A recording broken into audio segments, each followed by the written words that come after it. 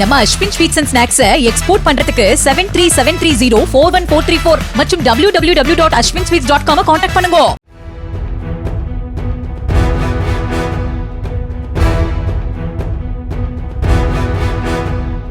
புதுச்சேரியிலிருந்து மதுபானங்கள் கடத்தப்படுவதை தடுக்க எல்லைப் பகுதியான கடலூர் மாவட்ட காவல்துறையினர் தீவிர சோதனை மற்றும் தடுப்பு நடவடிக்கைகளை மேற்கொண்டு வருகின்றனர். ஆல்பேட்டை சோதனை சாவடியில் ஆய்வு மேற்கொண்ட மாவட்ட காவல் கண்காணிப்பாளர் ஜெயக்குமார் கடத்தி வரப்பட்ட மதுபானங்களை கீழே ஊற்றி அளித்தார்.